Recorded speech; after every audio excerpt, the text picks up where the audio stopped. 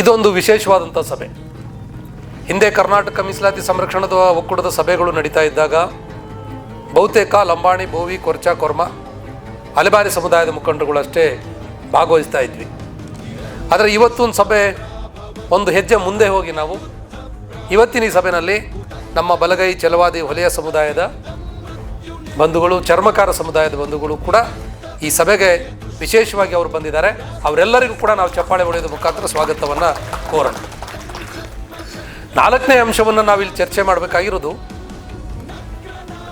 ಭಾಳ ಮುಖ್ಯವಾಗಿ supreme court August 1ನೇ ತಾರೀಕು 2023ರಲ್ಲಿ ಒಂದು ಆದೇಶವನ್ನು ಕೊಡ್ತು. ಒಳ ಮೀಸಲಾತಿಯನ್ನು ಪರಿಶಿಷ್ಟ ಜಾತಿಗಳಲ್ಲಿ ತರಬೇಕು. ಆ ಒಳ ಮೀಸಲಾತಿ ತರುವಂತಹ ಅಧಿಕಾರ ರಾಜ್ಯ ಸರ್ಕಾರಗಳಿಗಿದೆ. ರಾಜ್ಯ ಸರ್ಕಾರಗಳು ವಾಸ್ತವಿಕ ದತ್ತಾಂಶಗಳನ್ನು ಕಲೆ ಹಾಕಿ ಅವುಗಳ ಆಧಾರದ ಮೇಲೆ ಅದನ್ನು ಜಾರಿಗೆ ತರಬಹುದು ಅಂತ ಹೇಳಿದ್ರು.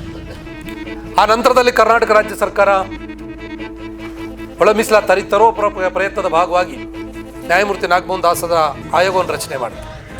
ಆ ಆಯೋಗ ತಕ್ಷಣಕ್ಕೆ ವರದಿ ಕೊಡೋದಕ್ಕೆ ಪ್ರಾರಂಭ ಮಾಡ್ತಾ ಇತ್ತು. ಇಲ್ಲ, ಸುಪ್ರೀಂ ಕೋರ್ಟ್ ಹೇಳಿದಾಗೆ ಸಮೀಕ್ಷೆಯನ್ನು ಮಾಡಬೇಕು, ಸಮೀಕ್ಷೆ ಮಾಡಿ ವಾಸ್ತವಿಕ ದತ್ತಾಂಶಗಳನ್ನು ಕಲೆ ಹಾಕಬೇಕು. ಹಾಗೆ ಮಾಡದೆ ನೀವು ಯಾವ ಕಾರಣಕ್ಕೂ ಮೀಸಲಾತಿ ವರ್ಗೀಕರಣ ಮಾಡಬಾರ್ದು ಅಂತಂದು ಹೇಳಿ ಒಕ್ಕೂಟ ಸೇರಿಕೊಂಡಂಗೆ ನಮ್ಮ ಎಲ್ಲ ಸಮುದಾಯಗಳ ಸಂಘಟನೆಯ ಮುಖಂಡರುಗಳೆಲ್ಲರೂ ಕೂಡ ಅನೇಕರು ಬಂದು ನಾಗಮೋಹನ್ ದಾಸರವರಿಗೆ ಆಯೋಗಕ್ಕೆ ವರದಿಯನ್ನು ಮನವಿಗಳನ್ನು ಕೊಟ್ಟಿದ್ದರಿಂದ ಅದರ ಭಾಗವಾಗಿ ಅವರು ಮಧ್ಯಂತರ ವರದಿ ಕೊಟ್ಟು ಸಮೀಕ್ಷೆ ನಡಿಬೇಕು ಅಂತಂದು ಹೇಳಿ ಸರ್ಕಾರಕ್ಕೆ ಕೇಳಿಕೊಂಡು ಅದರ ಆಧಾರದ ಮೇಲೆ ರಾಜ್ಯ ಸರ್ಕಾರ ಸಮೀಕ್ಷೆ ಮಾಡೋಕ್ಕೂ ಕೂಡ ಅವಕಾಶ ಮಾಡಿಕೊಡ್ತು. ಆಯೋಗ ಸಮೀಕ್ಷೆಯನ್ನು ಕೂಡ ನಡೆಸ್ತು. ಸಮೀಕ್ಷೆಯ ವರದಿಯನ್ನು ತಗೊಂಡು ಆ ನಂತರದಲ್ಲೂ ಕೂಡ 10 ಬಾರಿ ಆಯೋಗದ ಎದುರುಗಡೆ ನಮ್ಮ ಅಹವಾಲುಗಳನ್ನು, ನಮ್ಮ ವಾದವನ್ನು ನಾವು ಮಂಡಿಸಿದ್ದೀವಿ. ಈಗ ಆಯೋಗ ವರದಿಯನ್ನು ಕೊಟ್ಟಾಗಿದೆ. ವರದಿ ಕೊಟ್ಟ ನಂತರದಲ್ಲಿ ರಾಜ್ಯ ಸರ್ಕಾರ ಆ ವರದಿಯನ್ನು ಸ್ವೀಕಾರ ಮಾಡಿ ಅದನ್ನು ಮಾರ್ಪಾಡು ಮಾಡಿ ಅದನ್ನು ಆಯೋಗ ಹೇಳಿದ್ದು 5 ಗ್ರೂಪ್ಗಳನ್ನು ಮಾಡಿ ಅಂತ ಹೇಳಿ, ಆದರೆ ರಾಜ್ಯ ಸರ್ಕಾರ ಅದನ್ನು 3 ಗುಂಪುಗಳನ್ನು ಮಾಡಿತು. ಅದು ಅಷ್ಟೇ ಅಲ್ಲದೆ ಬರೀ ಕ್ಯಾಬಿನೆಟಿನ ಡಿಸಿಷನ್ ಅಷ್ಟೇ ಅಲ್ಲದೆ ಬೆಳಗಾವಿ ನಡೆದಂಥ ಅಧಿವೇಶನದೊಳಗಡೆ ದಿಢೀರಂತಂದೇಳಿ ಒಂದು ಬಿಲ್ಲನ್ನು ತರೋದ್ರ ಮುಖಾಂತರ 3 ಗುಂಪುಗಳನ್ನು ಮಾಡಿ, A, B, C ಅಂತಂದೇಳಿ ಗುಂಪುಗಳನ್ನು ಮಾಡಿ ರಾಜ್ಯಪಾಲರಿಗೆ ಅದನ್ನು ಅಂಗೀಕಾರಕ್ಕಾಗಿ ಕಳಿಸಿತ್ತು. ಆ ರಾಜ್ಯಪಾಲರ ಅಂಗೀಕಾರಕ್ಕಾಗಿ ಇದನ್ನು ಕಳಿಸಿದಾಗ ಅದರಲ್ಲೂ ಕೂಡ ಲೋಪಗಳಿದ್ದಾವೆ. ಅದನ್ನು ಸರಿಸಬೇಕಂತಂದೇಳಿ ಮುಖ್ಯಮಂತ್ರಿಗಳನ್ನು, ಉಪಮುಖ್ಯಮಂತ್ರಿಗಳನ್ನು, ಸಮಾಜ ಕಲ್ಯಾಣ ಸಚಿವರನ್ನ ಎಲ್ಲರನ್ನೂ ಭೇಟಿ ಮಾಡಿ ಹೇಳೋದಷ್ಟೇ ಅಲ್ಲದೆ ನಮ್ಮ ಒಕ್ಕೂಟದ ನಿಯೋಗ ಮಾನ್ಯ ಪೂಜ್ಯರು ಮತ್ತು ನಮ್ಮ ಗೌರವಾಧ್ಯಕ್ಷರ ನೇತೃತ್ವದಲ್ಲಿ ರಾಜಭವನಕ್ಕೂ ಹೋಗಿ ರಾಜ್ಯಪಾಲರಿಗೂ ಕೂಡ ಇದನ್ನು ಮನವರಿಕೆ ಮಾಡಿಕೊಡುವಂಥ ಕೆಲಸವನ್ನು ಮಾಡಿದ್ವಿ. ಇದೆಲ್ಲದರೂ ಆದ ನಂತರವೂ ಕೂಡ ರಾಜ್ಯಪಾಲರು ಕಳೆದ ವಾರ ಇದಕ್ಕೆ, ಈ ವಿಧೇಯಕಕ್ಕೆ, ಈ ಮಸೂದೆಗೆ, ಈ ಬಿಲ್ಲಿಗೆ ಅನುಮೋದನೆಯನ್ನು ಕೊಟ್ಟಾಗಿದೆ. ಮಾಧ್ಯಮಗಳಲ್ಲದು ಸುದ್ದಿ ಬಂದಿದೆ. ಆ ಬಿಲ್ಲು ಅನುಮೋದನೆ ಆದ ದಿನವೇ ಕರ್ನಾಟಕ ರಾಜ್ಯದಲ್ಲಿ ಇದರ ಬಗ್ಗೆ ಚರ್ಚೆ ನಡೀತಾ ಇರೋ ಸಂದರ್ಭದಲ್ಲಿ ಆ ದಿನ ಅಂದರೆ ಕಳೆದ ಗುರುವಾರನೇ ಕ್ಯಾಬಿನೆಟ್ ಮೀಟಿಂಗ್ ಇತ್ತು. ಆ ಕ್ಯಾಬಿನೆಟ್ ಮೀಟಿಂಗ್ನಲ್ಲಿ ಒಂದು ಮಹತ್ವವಾದಂಥ ತೀರ್ಮಾನವನ್ನು ರಾಜ್ಯ ಸರ್ಕಾರ ತಗೊಂಡಿದೆ. ಏನಂತಂದರೆ, ಒಂದು ಕಡೆ ರಾಜ್ಯಪಾಲರು ಈ ಒಳ ಮೀಸಲಾತಿ ವರ್ಗೀಕರಣದ ಮಸೂದೆಗೆ ಅಂಗೀಕಾರ ಮಾಡಿದ್ದಾರೆ. ಇನ್ನೊಂದು ಕಡೆ ಸೇಮ್ ಟೈಮ್ ರಾಜ್ಯ ಸಚಿವ ಸಂಪುಟ ಇಲ್ಲ, ನಾವು ಈ ಬಿಲ್ಲನ್ನು ಜಾರಿ ಮಾಡೋದಿಲ್ಲ, ಇದಕ್ಕಿಂತ ಹಿಂದೆ ಇದ್ದಂಥ ನಿಯಮವನ್ನು ಜಾರಿ ಮಾಡಿ ಮೀಸಲಾತಿನ ಆಧಾರದಲ್ಲಿ ನಾವು ನೇಮಕಾತಿಗಳನ್ನು ಮಾಡ್ಕೊಳ್ತೀವಿ ಅಂತ ನಿರ್ಧಾರ ಮಾಡಿದ್ದಾರೆ. ಇದು ಅನೇಕರಿಗೆ ಏನಿದು ಅಂತಂದೇಳಿ ಗೊಂದಲವೂ ಇದೆ. ಇದರ ಬಗ್ಗೆ ಅನೇಕ ಪ್ರಶ್ನೆಗಳಿದ್ದಾವೆ. ಆ ಕಾರಣಕ್ಕಾಗಿ ಆ ಗೊಂದಲ, ಪ್ರಶ್ನೆಗಳನ್ನು ನಾವು ಕ್ಲಿಯರ್ ಮಾಡಿಕೊಂಡು ಮುಂದಿನ ದಾರಿ ಏನು ಹುಡುಕೊಳ್ಬೇಕಂತಂದೇಳಿ ಈ ಮೀಟಿಂಗ್ ಕರೆದಿರಿ. ಹಾಗಾಗಿ ಈ ಗೊಂದಲ ಮತ್ತು ಇದ್ರ ಬಗ್ಗೆ ಯಾರಾದರೂ ನಿಮಗೆಲ್ಲ ಏನು ನಾವು ಹೇಳಿದ್ದ ಮಾಹಿತಿಗಳು ಸರಿ ಇಲ್ಲ ಅಂತಂದರೆ ನೀವು ಮಾತಾಡೋಕ್ಕೆ ಅವಕಾಶ ಇದೆ, ಅದನ್ನು ಮಾತಾಡಿ. ಈ ಗೊಂದಲ ಏನಂತಂದರೆ, ನಾವು ಒಕ್ಕೂಟದಲ್ಲಿ ಏನಕ್ಕೆ ಚರ್ಚೆ ಮಾಡಿ ಬಂದಿರೋದೇನಂತಂದರೆ, ಏನು ರಾಜ್ಯಪಾಲರಿಗೆ ಈ ಬಿಲ್ಲನ್ನು ಕಳಿಸಲಾಗಿತ್ತು. ಅದರಲ್ಲಿ 3 ಗ್ರೂಪ್ ಮಾಡಿದ್ರು. 17% ಪರಿಶಿಷ್ಟ ಜಾತಿಯ ಮೀಸಲಾತಿನ ವರ್ಗೀಕರಣ ಮಾಡಿದ್ರು. 6, 6, 5 ಅಂತ A, B, C ಅಂತಂದೇಳಿ ಮಾಡಲಾಗಿದೆ. ಈ 6, 6, 5 ಅಂತಂದೇಳಿ 17% ಮೀಸಲಾತಿ ಏನಿತ್ತಲ್ಲ, 17% ಇದ್ದಂತಹ ಮೀಸಲಾತಿಯನ್ನು ಹೈಕೋರ್ಟ್ನಲ್ಲಿ ಅವರು ಮಹೇಂದ್ರ ಮಿತ್ರ ಅನ್ನುವಂಥವರು ಚಾಲೆಂಜ್ ಮಾಡಿದರು. ಈ 17% ಮೀಸಲಾತಿ ಯಾವಾಗ ಬಂತು ಅಂತ ನಿಮಗೆಲ್ಲ ಬಹುಶಃ ಗೊತ್ತಿದೆ ಇತಿಹಾಸ. 2 ವರ್ಷದ ಹಿಂದೆ ವಾಲ್ಮೀಕಿ ಸ್ವಾಮೀಜಿಗಳು ಬೆಂಗಳೂರಿನ ಫ್ರೀಡಂ ಪಾರ್ಕ್ನಲ್ಲಿ 248 ದಿನಗಳ ಕಾಲ ಅನಿರ್ದಿಷ್ಟ ಹಗಲು ರಾತ್ರಿ ಧರಣಿ ಸತ್ಯಾಗ್ರಹ ಮಾಡಿದರು. ಅದಕ್ಕೆ ನಮ್ಮ ಈ ಪೂಜ್ಯರು ಎಲ್ಲ ಸಂಘ ಸಂಸ್ಥೆಗಳು ಬೆಂಬಲ ಕೊಟ್ಟಿದ್ವಿ. ಅವರ ಬೇಡಿಕೆ ಇದ್ದಿದ್ದೇನೋ ಎಸ್.ಟಿಗಳ ಮೀಸಲಾತಿ 3% ಇರೋದನ್ನು 7ಕ್ಕೆ ಮಾಡಿ, ಎಸ್.ಸಿಗಳದು 15% ಇರುವಂಥ ಮೀಸಲಾತಿ 17ಕ್ಕೆ ಮಾಡಿ ಅಂತ ಹೇಳಿ ಮಾಡಿದ್ವಿ. ಅವಾಗಲೂ ಕೂಡ ನ್ಯಾಯಮೂರ್ತಿ ನಾಗಮೋಹನ್ ದಾಸ್ ಅವರ ನೇತೃತ್ವದಲ್ಲಿ ಆಯೋಗ ಮಾಡಿದ್ದೆ. ಆ ಆಯೋಗದಲ್ಲಿ ಸ್ವತಃ ನಾನು ಮೆಂಬರಾಗಿ ಕೆಲಸ ಮಾಡಿದ್ದೆ. ಆ ಸ್ವಾಮೀಜಿಗಳ ಹೋರಾಟಕ್ಕೆ ಮಣದು ಅವತ್ತಿ ರಾಜ್ಯ ಸರ್ಕಾರ ನ್ಯಾಯಮೂರ್ತಿ ಆಯೋಗದ ಶಿಫಾರಸುಗಳನ್ನು ಒಪ್ಪಿಕೊಂಡು 17% ಎಸ್.ಸಿಗಳಿಗೆ 7% ಎಸ್.ಟಿಗಳಿಗೆ ಮಾಡಿತ್ತು. ಈ 7 ಮತ್ತು 17 ಈಗ ಹೈಕೋರ್ಟ್ನಲ್ಲಿ ಮಹೇಂದ್ರ ಮಿತ್ರ ಅನ್ನುವಂಥವರು ಚಾಲೆಂಜ್ ಮಾಡಿದರು. ಏನಂತ ಚಾಲೆಂಜ್ ಮಾಡಿದರು? ಇಲ್ಲ, ಮೀಸಲಾತಿ ಪ್ರಮಾಣ 50% ಮೀರೋದಕ್ಕೆ ಅವಕಾಶ ಇಲ್ಲ. ಸುಪ್ರೀಂ ಕೋರ್ಟಿನ ಇಂದಿರಾ ಸಾಹ್ನಿ ಪ್ರಕರಣದಲ್ಲಿ 50% ಮಾತ್ರ ಇರಬೇಕಂತ ಹೇಳಿದೆ. ಕರ್ನಾಟಕ ರಾಜ್ಯ ಸರ್ಕಾರ 50ರ ಬದಲಾಗಿ 56% ಮೀಸಲಾತಿನ ಹೆಚ್ಚಳ ಮಾಡಿಬಿಟ್ಟಿದೆ. 56% ಮಾಡಿದ್ದು ಅಸಂವಿಧಾನಿಕ, ಅನ್ಕಾನ್ಸ್ಟಿಟ್ಯೂಷನಲ್, ಸಂವಿಧಾನದ ಉಲ್ಲಂಘನೆ. ಹಾಗಾಗಿ ಇದಕ್ಕೆ ತಡೆ ಕೊಡಬೇಕಂತಂದೇಳಿ ಅವರು ಅರ್ಜಿ ಸಲ್ಲಿಸಿದರು ಹೈಕೋರ್ಟ್. ಈ ಹೈಕೋರ್ಟಿನ ಅರ್ಜಿ ವಿಚಾರಣೆ ನಡೆದು ಹೈಕೋರ್ಟ್ ಆದೇಶ ಮಾಡಿತು. ಏನು ಆದೇಶ ಅಂತಂದರೆ, ಹೌದು ಇವ್ರ ಅರ್ಜಿ ಸರಿಯಾಗಿದೆ, ನೀವು ಈಗ 56% ಇದೆಯಲ್ಲ ಅದು ಅಸಿಂಧು, ನೀವೇನಾದರೂ ನೇಮಕಾತಿ ಮಾಡ್ಕೊಳ್ಬೇಕಂತಂದ್ರೆ 50% ಒಳಗಡೆ ಮಾತ್ರ ನೇಮಕಾತಿ ಮಾಡ್ಕೊಳ್ಳಿ, 56%ಗೆ ಅವಕಾಶ ಮಾಡಿಕೊಡೋದಿಲ್ಲ ಅಂತ ಹೇಳಿ ರಾಜ್ಯ ಸರ್ಕಾರಕ್ಕೆ ನೋಟಿಸ್ ಕೊಟ್ಟು 56% ಮೀಸಲಾತಿಯನ್ನು ಹೈಕೋರ್ಟ್ ರದ್ದು ಮಾಡಿ ಆಗಿದೆ. ಪಾಯಿಂಟ್ ನಂಬರ್ 1 ತಲೆಯಲ್ಲಿ ಇಟ್ಕೊಳ್ಳಿ. ಅಂದರೆ ಕರ್ನಾಟಕದಲ್ಲಿ ನ್ಯಾಯಾಲಯದ ಕಾನೂನಿನ ದೃಷ್ಟಿಯಲ್ಲಿ 56% ಮೀಸಲಾತಿ ಈಗಿಲ್ಲ, 56% ಮಾತ್ರ. 50% ಮಾತ್ರ. ಈ 50% ಮೀಸಲಾತಿ ಅನ್ವಯ ಮಾತ್ರನೇ ರಾಜ್ಯ ಸರ್ಕಾರ ನೇಮಕಾತಿ ಮಾಡ್ಕೊಳ್ಳೋಕೆ ಈಗ ಅವಕಾಶ ಇರೋದು. ತಕ್ಷಣ ನೇಮಕಾತಿ ಮಾಡ್ಕೊಳ್ಬೇಕು, ಅದನ್ನು ಮಾಡಬೇಕು. ಇಲ್ದಿದ್ರೆ ಕಾನೂನು ಹೋರಾಟ ಮಾಡಿ ಕೋರ್ಟಿಗೆ ಕನ್ವಿನ್ಸ್ ಮಾಡಿ ಕೋರ್ಟ್ ಒಪ್ಪಿದ್ರೆ 50% ಮಾಡ್ಬೋದು, 56% ಮಾಡ್ಬೋದು, ಅದಕ್ಕೆ ಹೆಚ್ಚು ಮಾಡ್ಬೋದು. ಹಾಗಾಗಿ ನ್ಯಾಯಾಂಗದ ಹೋರಾಟ ದೊಡ್ಡದಾಗುತ್ತೆ, ಲೇಟ್ ಆಗುತ್ತೆ ಅಂತ ಹೇಳಿ ರಾಜ್ಯ ಸರ್ಕಾರಕ್ಕೆ ಮನವರಿಕೆ ಆಗಿದೆ. ಮನವರಿಕೆ ಆಗೋದಕ್ಕೆ ಒಂದು ಒಳ್ಳೆಯ ಕಾರಣ ಏನಂತಂದ್ರೆ, ಇತ್ತೀಚೆಗೆ ಧಾರವಾಡದಲ್ಲಿ ಸಾವಿರಾರು ಜನ ವಿದ್ಯಾರ್ಥಿಗಳು, ಸಾವಿರಾರು ಜನ ಯುವಕರು ಉದ್ಯೋಗ ಬೇಕು ಅಂತಂದೇಳಿ ಹೋರಾಟಗಳನ್ನು ಮಾಡಿ, ಆ ಹೋರಾಟ ಅವ್ರ ಹುಡುಗರು ಬರೀ ಧಾರವಾಡದಿಂದಲ್ಲ, ನಾವು ಈಗ ಗಡುವು ಕೊಡ್ತಾ ಇದ್ದೀವಿ, ನೀವು ಹೋರಾಟವನ್ನು ಗೌರವ ಕೊಟ್ಟು ಇದನ್ನು ನೇಮಕಾತಿ ಮಾಡಿದರೆ ಸರಿ, ಇಲ್ಲಾಂದ್ರೆ ಧಾರವಾಡದಿಂದ ನಾವು ಇಡೀ ರಾಜ್ಯದ ವಿದ್ಯಾರ್ಥಿಗಳನ್ನು ತಗೊಂಡು ಬೆಂಗಳೂರಿಗೆ ಒಂದು ವಿಧಾನಸೌಧಕ್ಕೆ ಮುತ್ತಿಗೆ ಆಗ್ತೀವಿ ಅನ್ನುವಂಥ ಒಂದು ದೊಡ್ಡ ಪ್ರಮಾಣದ ಎಚ್ಚರಿಕೆಯನ್ನು ಕೊಡ್ತು. ಹೌದು, ವಿದ್ಯಾರ್ಥಿಗಳಿಗೆ ಸಮಸ್ಯೆ ಆಗಿದೆ, 3 ವರ್ಷದಿಂದ ನೇಮಕಾತಿಗಳಿಲ್ಲ, ನೇಮಕಾತಿ ಮಾಡಲೇಬೇಕಂತೇಳಿ ಕಳೆದ ಕ್ಯಾಬಿನೆಟ್ ಮೀಟಿಂಗಲ್ಲಿ ರಾಜ್ಯ ಸರ್ಕಾರ ಈ ತೀರ್ಮಾನ ಮಾಡಿದೆ. ನೇಮಕಾತಿಯನ್ನು 50% ನಿಯಮದಿಂದ ಮಾಡ್ತೀವಿ ಅಂತಂದೇಳಿ ರಾಜ್ಯ ಸರ್ಕಾರ ಏನು ಮಾಡಿದಾರಲ್ಲ, ಇದು ಬಹುಶಃ ಒಳ್ಳೆಯ ತೀರ್ಮಾನ.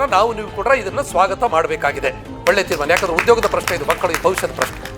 ಆದರೆ ಈಗ ಬಿಲ್ ಒಂದು ಕಡೆ ಸೈನ್ ಆಗಿದೆ, ಆದರೆ ಇದ್ರ ಜೀವ ಏನು? ಇದಕ್ಕೆ ಕಾನೂನಿನ ಮಾನ್ಯತೆ ಇದೆಯಾ ಅಂತಂದೇಳಿ ನಿಮಗೆ ಪ್ರಶ್ನೆ. ಈ ಪ್ರಶ್ನೆಗೆ ಉತ್ತರ ನೀವು ತಿಳ್ಕೊಳ್ಬೇಕಂತಂದ್ರೆ, ರಾಜ್ಯಪಾಲರು ಏನು ಅನುಮೋದನೆಯನ್ನು ಮಾಡಿದ್ದಾರೆ, ಅಂಗೀಕಾರ ಮಾಡಿದ್ದಾರೆ ಈ ಬಿಲ್ಲಿಗೆ ನಿಜವಾಗ್ಲೂ ಕಾನೂನಾತ್ಮಕವಾದಂಥ ಶಕ್ತಿ ಯಾವಾಗ ಬರುವಂತಂದ್ರೆ, ರಾಜ್ಯ ಸರ್ಕಾರ ಇದನ್ನ ಗೆಜೆಟ್ ನೋಟಿಫಿಕೇಶನ್ ಮಾಡಿದಾಗ ಮಾತ್ರ. ಅಲ್ಲಿವರೆಗೂ ಇದಕ್ಕೆ ಶಕ್ತಿ ಬರಲ್ಲ, ಅಲ್ಲಿವರೆಗೂ ಇದಕ್ಕೆ ಜಾರಿ ಮಾಡೋಕ್ಕಾಗಲ್ಲ. ಒಂದು. ಎರಡನೇದು, ಕೆಲವರು ಸಾರ್ ಈ ಬಿಲ್ಲು ಕೂಡ ಸರಿ ಇಲ್ಲ, ಈ ಬಿಲ್ಲಲ್ಲೂ ತಪ್ಪುಗಳಿದ್ದಾವೆ, ಈ ಬಿಲ್ಲು ಅವರು ಸೈನ್ ಮಾಡಿದ್ದಾರೆ ಅದೇ ತಪ್ಪು ಸರ್, ಅದನ್ನು ಕಾನೂನಲ್ಲಿ ನ್ಯಾಯಾಲಯದಲ್ಲಿ ನಾವು ಪ್ರಶ್ನೆ ಮಾಡ್ಬೇಕಂತನೂ ಕೆಲವರು ಹೇಳ್ತಾ ಇದ್ದೀರಿ. ಫಾರ್ ಯುವರ್ ಕೈಂಡ್ ಇನ್ಫಾರ್ಮೇಶನ್, ಈ ಬಿಲ್ಲು ಗೆಜೆಟ್ ನೋಟಿಫಿಕೇಶನ್ ಆಗದೆ ಇದನ್ನು ಕೂಡ ನ್ಯಾಯಾಲಯದಲ್ಲಿ ನಾವು ಪ್ರಶ್ನೆ ಮಾಡೋದಕ್ಕೆ ಬರೋದಿಲ್ಲ. ಈ ಮಾಹಿತಿ ನಿಮಗಿರಲಿ. ಅಂದ್ರೆ ಏನು ರಾಜ್ಯಪಾಲರು ಸೈನ್ ಮಾಡಿದ್ದಾರೆ, ಈ ರಾಜ್ಯಪಾಲರು ಸೈನ್ ಮಾಡಿರುವಂತಹ ಈ ಮಸೂದೆ, ಈ ಬರೀ ಮಸೂದೆನೇ ಆಗಿರುತ್ತೆ, ಇದು ಕಾನೂನು ಆಗಿಲ್ಲ, ಕಾನೂನು ಆಗೋಕೆ ಬರೋದಿಲ್ಲ, ಗೆಜೆಟ್ ಆಗೋರಿಗೆ ಬರಲ್ಲ. ರಾಜ್ಯ ಸರ್ಕಾರಕ್ಕೂ ಇದು ಮನವರಿಕೆ ಆಗಿರೋದ್ರಿಂದ ಗೊತ್ತಿಲ್ಲ ನನಗೆ, ಅದನ್ನು ಹೇಳಬೇಕು. ಸಂಬಂಧಪಟ್ಟವರೆಲ್ಲ ಮಾತಾಡಿದರೆ ಅದರೆಲ್ಲ ನಿಮಗಿರೋ ಮಾಹಿತಿಯನ್ನು ಹಂಚ್ಕೊಳ್ಳಿ, ನಿಮಗಿರೋ ಮಾಹಿತಿ ಹಂಚ್ಕೊಳ್ಳಿ, ನನಗಿರೋ ಮಾಹಿತಿ ನಾನು ಹಂಚ್ತಾ ಇದ್ದೀನಿ. ರಾಜ್ಯ ಸರ್ಕಾರಕ್ಕೆ 2 ಚಾಲೆಂಜಸ್ ಇದೆ. ಒಂದು ಈ 50%, ಇನ್ನೊಂದು ರಾಜ್ಯಪಾಲರು ಗೆಜೆಟ್ ನೋಟಿಫಿಕೇಶನ್ ಆಗಬೇಕು. ಗೆಜೆಟ್ ನೋಟಿಫಿಕೇಶನ್ ಆದರೂ ಕೂಡ ಅದರ ಮೇಲೆ ಇನ್ನೊಂದು ಕೇಸ್ ಇದೆ. ಏನು ಕೇಸು?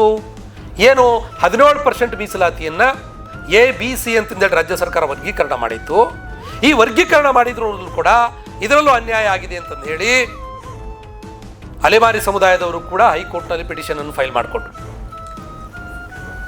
ನಮ್ಮ ಬಂಜಾರ ಬೋವಿ ಕ್ಷೇಮಾಭಿವೃದ್ಧಿ ಸಂಘದವರು ನಾವು ಫೈಲ್ ಮಾಡಿಕೊಂಡ್ವಿ, ಇನ್ನು ಬೇರೆಯವರು ಕೂಡ ಫೈಲ್ ಮಾಡ್ಕೊಂಡಿದ್ದಾರೆ. ಅದರಲ್ಲಿ ಕೋರ್ಟ್ ಏನು ಆದೇಶ ಮಾಡ್ತು, ಬೇರೆಯವ್ರು ಆಮೇಲೆ ಇಂಪ್ಲೀಡ್ ಆಗಿದ್ದೀವಿ. ಮುಂಚೆನೇ ಅದು ಆದೇಶ ಮಾಡಿಕೊಡ್ತು. ಯಾರು? ಮಂಜುನಾಥನವರು ನನ್ನ ಸ್ನೇಹಿತರೆ ಫೈಲ್ ಮಾಡ್ಕೊಂಡಂಥ ಕೇಸಲ್ಲಿ ಆದೇಶ ಏನು ಮಾಡ್ತು ಕೋರ್ಟ್ ಅಂತಂದರೆ, ನೀವು ಇದನ್ನು ಮಾಡಿರುವಂಥದ್ದು ಸರಿ ಇಲ್ಲ ಅಂತೇಳಿ ಪ್ರಶ್ನೆ ಇರೋದ್ರಿಂದ ನೀವು ಸದ್ಯಕ್ಕೆ ನೇಮಕಾತಿ ಆದೇಶವನ್ನು ಕೊಡಬೇಡಿ, ನೇಮಕಾತಿ ಪ್ರಕ್ರಿಯೆಗಳನ್ನು ಅಷ್ಟೇ ಮಾಡಿ ಅಂತ ಕೋರ್ಟ್ ಹೇಳ್ತು. ಅಂದರೆ ಈ 17% ಮಾಡಿದಂಥ ಪ್ರಕರಣಕ್ಕೂ ಕೂಡ ಈ ಪ್ರಕರಣವೂ ಕೂಡ ಕೋರ್ಟ್ನಲ್ಲಿದೆ, ಕೋರ್ಟಿನ ಸುಪ್ರದಿಯಲ್ಲಿ. ಹಾಗಾಗಿ ಈ ಎರಡೂ ಕೋರ್ಟಿನ ಸುಪರ್ದಿಯಲ್ಲಿ ಇರೋದ್ರಿಂದ ರಾಜ್ಯ ಸರ್ಕಾರ ಈ ಎರಡೂ ಇತ್ಯರ್ಥ ಆಗೋವರೆಗೆ ನೇಮಕಾತಿ ಮಾಡ್ಕೊಳ್ಳೋಕೆ ಆಗೋದಿಲ್ಲ ಅಂತೇಳಿ ತೀರ್ಮಾನ ಮಾಡಿ ಒಂದು ಸ್ಟೆಪ್ ಹಿಂದೆ ಬಂದು 56ರ ಬದಲಾಗಿ 50ರ ನೇಮಕಾತಿ ಮಾಡೋಕೆ ಹೊರಟಿದೆ. ಹೊರಟಾಗ ರಾಜ್ಯ ಸರ್ಕಾರ ಒಂದು ನೋಟ್ ಹೊರಡಿಸಿದೆ, ಇಲ್ಲಿ ಆದೇಶ ಇದೆ. ಇದರಲ್ಲಿ ಸುಮಾರು 6-7 ಪುಟಗಳ ಆದೇಶದಲ್ಲಿ ರಾಜ್ಯ ಸರ್ಕಾರದಲ್ಲಿ ತೀರ್ಮಾನ ಹೇಳಿದೆ, ಸುಮಾರು 56,432 ಹುದ್ದೆಗಳನ್ನು ತುಂಬುವ ಪ್ರಕ್ರಿಯೆಯನ್ನು ಮುಂದಿನ 31 ದಿನಗಳಲ್ಲಿ ಪ್ರಾರಂಭಿಸುವಂತೆ ಎಲ್ಲ ಇಲಾಖೆಗಳಿಗೆ ಮತ್ತು ಪ್ರಾಧಿಕಾರಿಗಳಿಗೆ ತಿಳಿಸಿದೆ. ಸೇಮ್ ಟೈಮು ಏನಂತ ಹೇಳ್ತಾ ಅದರ ಜೊತೆಗೆ ಈ ಹಿಂದಿನ ಮೀಸಲಾತಿ ನಿಯಮ 50% ಅಂತೆ, ಪರಿಶಿಷ್ಟ ಜಾತಿಗಳಿಗೆ 50%, ಪರಿಶಿಷ್ಟ ಪಂಗಡಕ್ಕೆ 3% ಮೀಸಲಾತಿ ನಿಯಮದಂತೆ ಖಾಲಿ ಇರುವ ಹುದ್ದೆಗಳನ್ನು ನೇಮಕಾತಿ ಮಾಡಿಕೊಳ್ಳಲು ಸೂಚಿಸಿದೆ ಅನ್ನುವಂಥದ್ದನ್ನು ಇವತ್ತು ಈ ಆದೇಶ ಮಾಡಿ ರಾಜ್ಯ ಸರ್ಕಾರ ಕಳಿಸಿದೆ. ಇದು ಕಳಿಸಿದ ಮೇಲೆ ಈಗ ಕ್ವಶನ್ಗಳು ತುಂಬ ರೈಸ್ ಆಗಿದೆ. ನಾವು ಇದನ್ನು ಒಪ್ಕೊಳ್ಬೇಕಾ 50% ಅನ್ನೋದನ್ನು ಚರ್ಚೆ ಮಾಡಬೇಕು.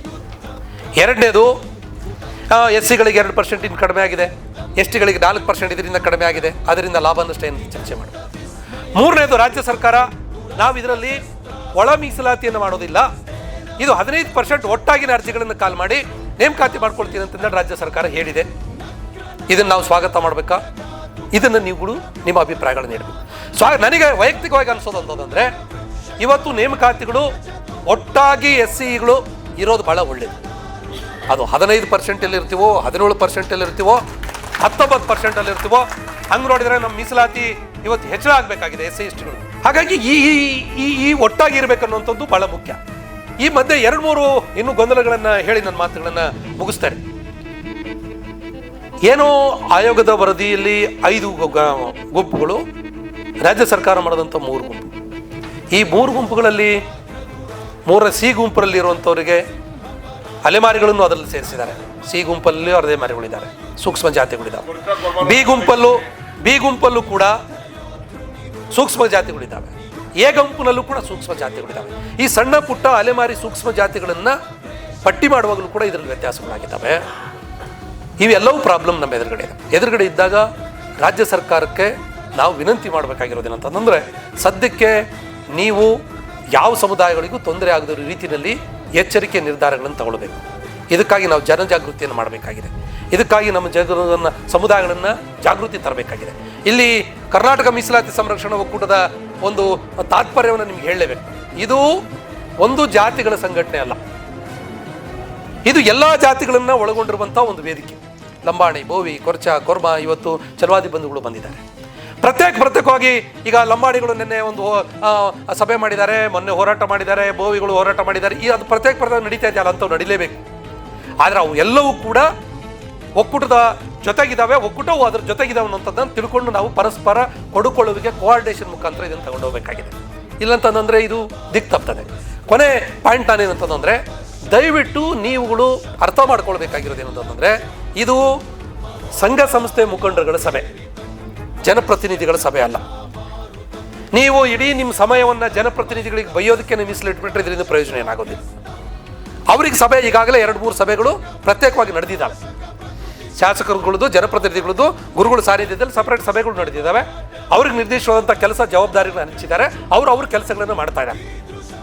ಅವ್ರ ಕೆಲಸ ನಮ್ಮ ಕೆಲಸ ಡಿಕ್ಕಿ ಹೊಡ್ಕೊಂಡು ಬೈಕೊಂಡಿರೋದಲ್ಲ.